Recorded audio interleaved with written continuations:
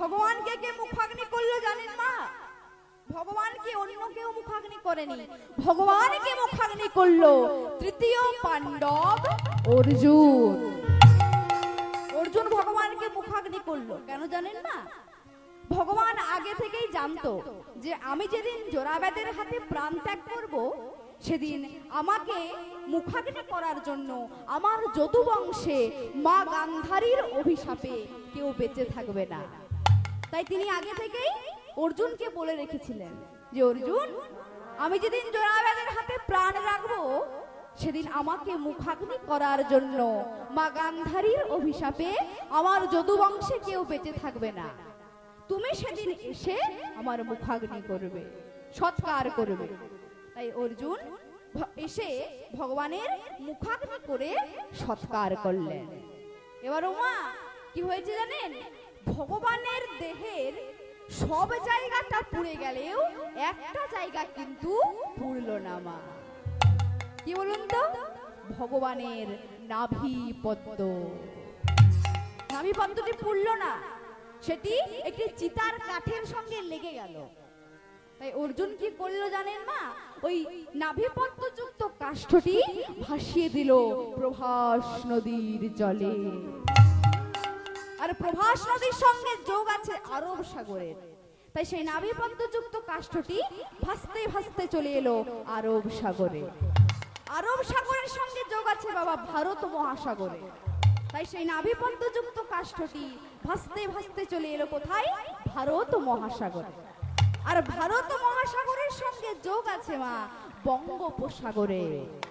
তাই সেই নাভিপদ্ম যুক্ত কাষ্ঠটি ভাসতে ভাসতে ভাসতে ভাসতে চলে এলো কোথায়? বঙ্গোপসাগরে।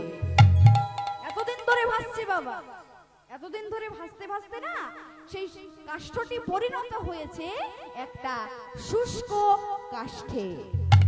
যে কাষ্ঠটির নাম হলো দারু ব্রহ্ম কাষ্ঠ। সেই দারু ব্রহ্ম কাষ্ঠ দিয়ে পুরীর তৎকালীন সূর্যবংশীয় বৈষ্ণব রাজা ইন্দ্রদুম্ন দেবশিল্পী বিশ্বকর্মাকে দিয়ে যে বিগ্রহটি নির্মাণ করালেন তারই নাম হলো মা জয় জগন্নাথ। বলিয়ে জগন্নাথ দেবী কি জয়, বলিয়ে বলভদ্র কি জয়, বলিয়ে বোন সুভদ্রা কি জয়, বলিয়ে জগন্নাথ ধাম কি জয়। তাহলে মা এবার বুঝতে পারলেন তো কে এই জগন্নাথ, কে এই নীলমাধব? তাই তো পদকর্তা বলেছেন গো, আপন ইচ্ছায় প্রভু নীলাচলে আইলা, নীলাচলে নীলমাধব রূপে প্রচার পাইলা। তা ওমা এখানে কেউ পুরী ধামে গেছেন গো? কে কে গেছেন একবার হাত তুলুন তো পুরী ধামে দেখি। বাহ, অনেকেই তো গেছেন। তা ওমা যারা যারা গেছেন না পুরী ধামে তো অনেকেই গেছেন। আচ্ছা রথের সময়তে কেউ কি পুরী ধামে গেছেন মা? কেউ কি গেছেন দেখি, কে কে গেছেন রথের সময় পুরী ধামে? রথযাত্রা ওই তো ওখানে গেছে একজন মা। তার নিশ্চয়ই আপনারা দেখেছেন যদি কেউ গেছেন যে জগন্নাথ দেবের যে রথটি তৈরি হয় না মা, সেটা মোট 206টি কাষ্ঠ দিয়ে তৈরি করা হয়। 206টি কাঠ দিয়ে জগন্নাথ দেবের রথটা তৈরি করা হয়। এবার দেখুন আমাদের এই দেহরূপ রথটা রয়েছে, এটাও কিন্তু 206টা হাড় দিয়ে তৈরি, তাই তো? এখানে যদি কেউ মেডিকেল সায়েন্সের স্টুডেন্ট বা ডাক্তারবাবু থেকে থাকেন নিশ্চয়ই জানবেন যে আমাদের এই দেহরূপ রথটি এটাও কিন্তু 206টি হাড় দিয়ে তৈরি। এটা অনেকেই জানি আমরা। তা রথের সঙ্গে কত মিল রয়েছে দেখুন মা। তা যখন রথ পেরিয়ে যায় না, উল্টো রথ পেরিয়ে যায়, রথ পেরিয়ে যায়, জগন্নাথ দেব যখন রথের থেকে নেমে যান তখন ওই 206টি কাষ্ঠ ভেঙে টুকরো টুকরো করে জগন্নাথ দেবের ভোগ রান্নার কাজে ব্যবহার করা হয়। ঠিক সেই রকম আমাদের এই দেহরূপ রথটা থেকে যখন আত্মারূপে জগন্নাথ দেব নেমে যান না মা, তখন কিন্তু আমাদেরও ওই 4 জনার কাঁধে চেপে শ্মশান ঘাটে নিয়ে গিয়ে দাহ করা হয়। হরি বল হরি বল। তা বাবা এ প্রসঙ্গে যখন এলামই আপনাদেরকে একটি খুব তত্ত্বমূলক ভজন গিয়ে শোনাচ্ছি কবির দাসের। হ্যাঁ, মন দিয়ে আস্বাদন করুন। কবির দাস কি বলেছে জানেন না? क्या लेके तू आया में और क्या लेके तू जाएगा। ভক্তমণ্ডলী ভক্তিমতী মায়েরা দয়া করে এটিকে কেউ হিন্দি গান ভেবে নেবেন না গো, এটা কিন্তু হিন্দি গান নয়, এটা কি জানেন একটা কবির দাসের ভক্তিমূলক হিন্দি ভজন। কত সুন্দর কথাগুলো দেখুন, বলছে क्या लेके तू आया जग में, কি নিয়ে তুমি এসেছো এই পৃথিবীতে, और क्या लेके तू जाएगा, আর কি নিয়ে তুমি যাবে গো। সবাই नाम हरि का जप ले बंदे फिर पीछे पछताएगा। करो ताली। क्या तू आया जग में, क्या लेके तू आया जग में, लेके तू आया जग में, क्या लेके तू जाएगा, नाम हरि का जप ले बंदे फिर पीछे पछताएगा। नाम हरि का जप ले बंदे फिर पीछे पछताएगा, नाम हरि का जप ले बंदे फिर पीछे पछताएगा। ওমা, আপনাদের এই গ্রামে তো হরিনাম যজ্ঞের আয়োজন করা হয়েছে, তাই তো? আপনারা সবাই কত সুন্দর সুন্দর শাড়ি পরে এসেছেন, তাই না? গয়নাগাটি পরে এসেছেন। তা ওমা, যেদিন এই ভবমাঝি এসেছিলেন সেদিন কি কিছু পরে এসেছিলেন গো? আসেননি। এই গয়নাগাটি শাড়ি কিছু পরে এসেছিলেন? আসেননি, এসেছিলেন খালি হাতে, তাই তো? আরে যেদিন এই ভবমায়া ত্যাগ করে চলে যাবে সেদিনও কিন্তু আমাদের খালি হাতেই চলে যেতে হবে। এই গয়নাগাটি শাড়ি এগুলো নিয়ে যাবেন ভেবেছেন? না মা, নিয়ে যেতে দেবে না। যাওয়ার সময় কোমরে যদি একটা ডোর থাকে না, সেটাও ছিঁড়ে ফেলে দেবে, সেটাও নিয়ে যেতে দেবে না। একটা সুতো তাও নিয়ে যেতে দেবে না। আর এ তো দূরের কথা, শোনা যায় না, তাই না? আর কেউ সঙ্গেও যাবে না। স্ত্রী পুত্র আত্মীয় পরিজন এরা কেউ সঙ্গে যাবে মা যাওয়ার সময়? না। এসেছো একা, চলে যেতে হবে একা, তাই তো? মায়েদেরকে বলছি গো, যতদিন ওই সংসারে রান্না করবেন, বাটনা বাটবেন, হ্যাঁ, কাপড় কাচবেন, বাসন মাজবেন, ততদিনই কিন্তু আপনাদের সংসারে দাম। আর নইলে কেউ কারো নয়। হরি বল। দুদিন শরীর খারাপের ভান করে শুয়ে দিন না মা, গঙ্গা জলের মতো সবটা পরিষ্কার হয়ে যাবে। কে কার, তাই তো? আর বাবাদেরকে বলছি, যতদিন ওই কিছু অর্থ উপার্জন করে বাড়িতে আনতে পারবেন, ততদিনই আমার স্বামী, আমার পুত্র, ততদিনই কিন্তু আমার আমার আমার, নইলে কেউ কারো নয়, তাই তো? এই সংসার জানেন নিতে জানেন, দিতে কিছু জানে না গো। আসলে এই জগতে মানুষের ভালোবাসা কতক্ষণ মা? ও মায়েরা, এই জগতে মানুষের ভালোবাসা কতক্ষণ? ভাতের পাতে কাগজি যতক্ষণ। ভাতের পাতে কাগজি যতক্ষণ। কেমন? একটা দৃষ্টান্ত দিতে হলে, হ্যাঁ, ধরুন একটা কাগজি, হ্যাঁ, কাগজিটাই রস থাকে। তা আমরা যখন রসটা থাকে তখন আমাদের কাছে সেই কাগজিটা থাকে, কিন্তু আমরা যখন রসটা নিংড়ে নিয়ে নি বাবা, আর কাগজিটা নিজেদের কাছে রাখি না, ছুঁড়ে ফেলে দিই, তাই তো? আমাদের কাছে আর রাখি না। তাহলে আমরা কি বুঝলাম? যে কাগজিটাতে যতক্ষণ পর্যন্ত রস আছে, ওই কাগজিটা যতক্ষণ পর্যন্ত আমাদেরকে রস দিতে পারবে ততক্ষণই কাগজিটার দাম, নইলে সেটা আমরা ছুঁড়ে ফেলে দেব। ঠিক সেই রকম আমাদের এই সংসারটা কেমন জানেন? যতদিন অন্যের জন্য কিছু করতে পারবেন, যতদিন সংসারে কিছু দিতে পারবেন, ততদিনই আপনাদের দাম, নইলে কেউ কারো নয়। তাই তো কবির দাস বলছেন গো, বচপন बीता खेल खेल में, बचपन बीता खेल खेल में, बचपन बीता खेल खेल में, बचपन बीता खेल खेल में, और भरी जवानी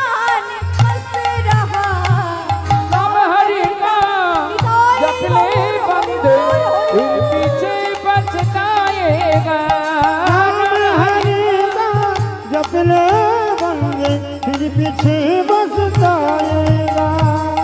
देख बुढ़ापा अब क्यों सोचा, देख बुढ़ापा अब क्यों सोचा, देख बुढ़ापा अब क्यों सोचा, ओ देख बुढ़ापा अब क्यों सोचा, क्या खोया और तू क्या पाया, नाम हरि का धनी जप ले बंदे फिर पीछे पछताएगा। नाम हरि का जप ले बंदे फिर पीछे पछताएगा।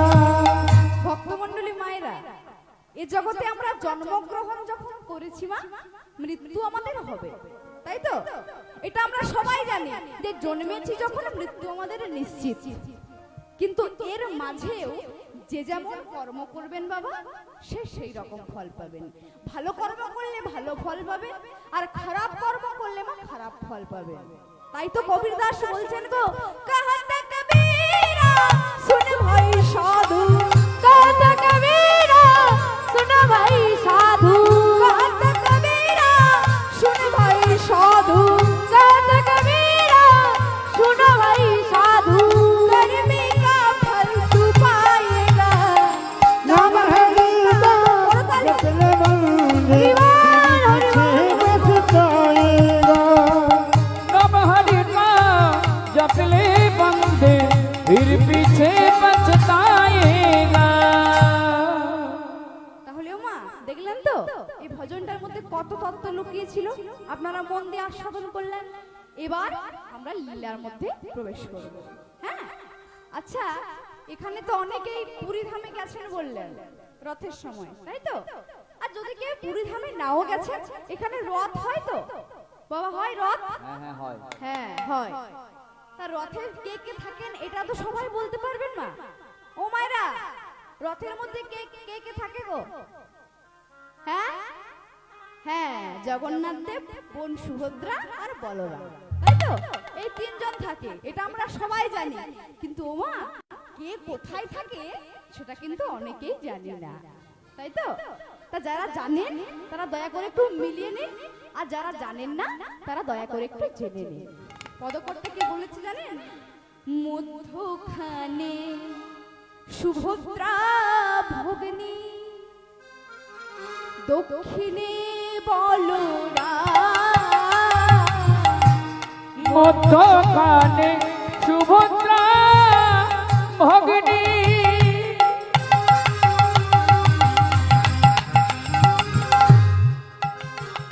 দক্ষিণে বলরাম, মধ্যখানে সুভদ্রা ভগ্নী,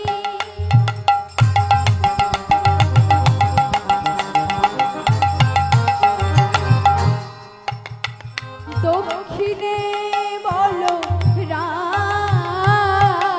ওগো মধ্যখানে সুভদ্রা ভগ্নী,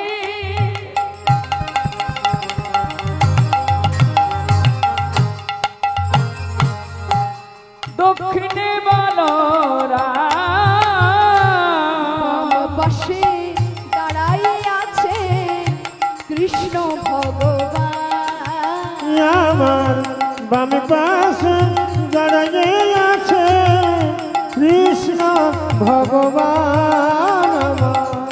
বাম পাশে দাঁড়াই আছে কৃষ্ণ ভগবান,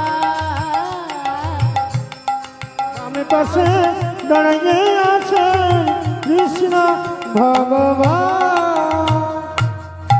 তাহলে কি বললাম মা? মধ্যখানে সুভদ্রা ভগ্নী, অর্থাৎ মাঝখানে দাঁড়িয়ে আছে কে? বোন সুভদ্রা, তাই তো? বোন সুভদ্রা দাঁড়িয়েছে, আর বাম দিকে কে দাঁড়িয়েছে? ভগবান কৃষ্ণচন্দ্র, তাই তো? জগন্নাথ রূপে ভগবান শ্রীকৃষ্ণ। আর ডান দিকে কে দাঁড়িয়েছেন মা? বলভদ্র, অর্থাৎ বলরাম। কিন্তু ওমা, আপনাদের মনে প্রশ্ন জাগছে না যে বোন সুভদ্রা মাঝখানে কি করে এলো, তাই না? সে তো ডান দিকেও থাকতে পারত, আর না হলে পা দিকে থাকতে পারত, কিন্তু মাঝখানে কি করে বোন সুভদ্রা এলো? এটা একটা প্রশ্নের জিনিস। আর ওই জগন্নাথ দেবের রূপটাও এরকম কি করে হলো? হাতগুলো ছোট ছোট, পাগুলো ছোট ছোট, চোখগুলো সব বড় বড় গোল গোল কুমড়াকৃতি, এগুলোই বা কি করে হলো? এই তত্ত্বটি এবার আমরা জেনে নেব। হ্যাঁ, খুব মনোযোগ দিয়ে আস্বাদন করবেন না। কি করে হলো জানেন? প্রভাস যজ্ঞের আগে পর্যন্ত কৃষ্ণের বিবাহিতা স্ত্রীরা যেমন রুক্মিণী, সত্যভামা, জাম্ববতী, এরা সকলে জানতো যে আমাদের স্বামী কৃষ্ণের একজনই মা, সেটা হচ্ছে মা দৈবকী। কিন্তু যশোদা বলেও যে তাদের স্বামীর আরেকজন মা রয়েছে, এটা কিন্তু তারা জানতো না। হ্যাঁ না, এটা কিন্তু কৃষ্ণের বিবাহিতা স্ত্রীরা জানতো না যে যশোদা বলেও তাদের স্বামীর আরেকজন মা রয়েছে, সেটা কিন্তু জানতো না। তা প্রভাস যজ্ঞে নারদ মুনি যখন চতুর্দিকে নিমন্ত্রণ করে দিলেন, তখন সকলের সাথে বাৎসল্যময়ী মা যশোদাও আমার এলেন সেই প্রভাস যজ্ঞে। সবাই এসেছে, তাই বাৎসল্যময়ী মা যশোদাও আমার এসেছে। তখন কৃষ্ণের স্ত্রীরা জানতে পারলো যে আমাদের স্বামী কৃষ্ণের দৈবকী ছাড়াও আরেকজন যশোদা বলে মা রয়েছে। এই মা যশোদাই আমাদের স্বামী কৃষ্ণকে লালন পালন করে ছোটবেলা থেকে বড় করে তুলেছে, এটা তারা জানতে পারলো। তা যখন জানতে পেরেছে না মা, তখন সবাই ওই প্রভাস যজ্ঞ শেষে মা যশোদার কাছে গেছে আর বলছে, মা ও মা, তুমি যে আমাদের আরেক শাশুড়ি মা, তা তো আমাদের জানা ছিল না মা। তা আজকে যখন জানতে পেরেছি, তোমায় একটু সেবা করার সুযোগ দাও না মা। তোমায় একটু আমি সেবা করি, আমরা সবাই খুব যত্ন আদর করব, আমাদের একটু সুযোগ দাও না মা। তাই বৌমাদের অনুরোধে মা যশোদা আমার থেকে গেলেন দ্বারকায়। কিন্তু ও মা যশোদা একা থাকলেন কি না? মা যশোদা একা থাকলেন না গো, সঙ্গে থাকলেন মা রোহিণী আর বোন সুভদ্রা, তিনজন থেকে গেছে। এবার দেখুন কি হয়েছে। কি হয়েছে জানেন মা? ওই কৃষ্ণ আর বলরাম একদিন একটা ধর্মসভায় যোগদান করতে গেছে, রাজপ্রাসাদ ফাঁকা। সেই সুযোগে কৃষ্ণের বিবাহিতা স্ত্রীরা সবাই মা যশোদার কাছে এসেছে আর বলছে, মা ও মা, আমাদের স্বামী কৃষ্ণ ছোটবেলায় কি কি করতো, তারপর রাধারানী নামে নাকি একজন রমণী ছিল, তার সাথে কি কি করতো সব আমাদের বলতে হবে। বলছে, না না, ওসব কথা আবার বলে? আমি মা হয়ে ছেলেদের ওই মাধুর্য লীলা কি করে তোমাদের আস্বাদন করাবো বলো তো? ওসব কথা আবার মুখে আনে? বলছে, বলো না বলো। কৃষ্ণের স্ত্রীরা জোর করছে, বলছে, বলে দাও না। বলছে, না না, দেখো যা বলবে আমি তাই বলবো, কিন্তু ওই ছোটবেলাকার মাধুর্য লীলা কিন্তু আমি বলতে পারবো না। তখন বোন সুভদ্রা পাশ থেকে বলছে, ও মা, বলে দাও না, তোমাদের বৌমারা যখন এতবার করে জানার চেষ্টা করছে তখন বলেই দাও। বলছে, সে না হয় ঠিক আছে বলবো, কিন্তু কৃষ্ণ আর বলরাম যদি চলে আসে আর তারা যদি জানতে পারে যে আমরা মা হয়ে তাদের ছোটবেলাকার সেই মাধুর্য লীলা তাদের বৌমাদের বলে দিচ্ছি, তাহলে তো আমরাই লজ্জায় পড়ে যাব। বলছে, না না মা, তা হবে না। কে বলছে গো? বোন সুভদ্রা। বলছে, তা হবে না, আমি নিজে দরজায় পাহারা দেবো, যেই দেখবো কৃষ্ণ বলরাম আসছে অমনি তোমাদের খবর দিয়ে দেবো। হ্যাঁ, তোমরা তখন চুপ করে দেবে। বোন সুভদ্রা বলছে গো। তাহলে কি হয়েছে? বোন সুভদ্রা দিচ্ছে দরজায় পাহারা, আর ওইদিকে কৃষ্ণ আর বলরামের মাধুর্য লীলা মা যশোদা আর রোহিণী মিলে তাদের বৌমাদেরকে আস্বাদন করাচ্ছে। আর এদিকে অন্তর্যামী গোবিন্দ আমার সব বুঝতে পেরে গেছে। তিনি তো অন্তর্যামী।